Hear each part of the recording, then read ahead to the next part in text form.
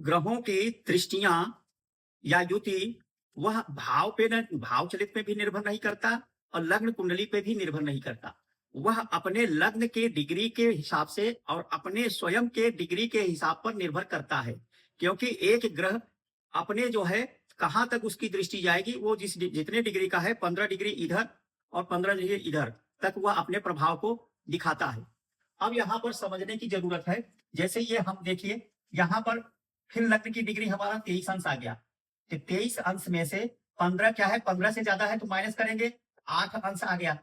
8 अंश तक जो ग्रह रहेगा वह अपने भाव से अपने भाव में रहेगा, और 8 से ज्यादा जो हो जाएगा, 8 से जो कम होगा वह अपने भाव से अगले भाव में पिछले भाव में चला जाएगा, क्योंकि माइनस हो रहा है। तो यहाँ पर क्या करेंगे, शनि का प्रभाव छठे भाव में चला गया। अब शनि का प्रभाव यहाँ चल गया, जबकि हम अगर डिग्री नहीं देखेंगे तो यहाँ लगेगा शुक्र का प्रभाव शनि पर पड़ रहा है। लेकिन जब इसकी दृष्टियां देखेंगे तो इसकी दृष्टि इस भाव पे जब पड़ेगा तो ये 24 डिग्री पे पड़ा, 24 डिग्री पे, लेकिन ये इसका प्रभाव इधर चला गया। तो ये कहाँ पे गया, ये जो है इस भाव में चला गया, ये अपने से छठे में चल गया।